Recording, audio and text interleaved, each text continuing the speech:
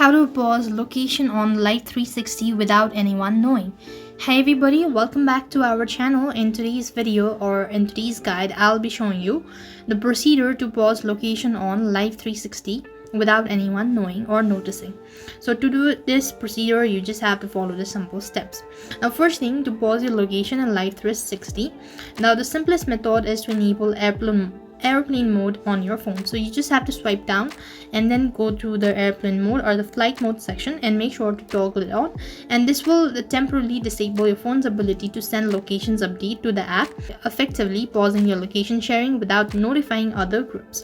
Now likewise, the other way you could also do is remember that once you turn off your airplane mode, your location will start updating again automatically. This is how you could go ahead and pause location on Life360 without anyone knowing, and intentionally hiding your location on Life360 without informing others, especially it's used for safety reasons, so can raise ethical concern and potential damage and all as well. So while airplane mode is commonly method to temporarily pause location sharing, some users may suspect if you frequently use it in a specific situation, so you just have to be careful regarding it. That is all for this video. I hope the video was helpful. Make sure to like, share and subscribe to our channel.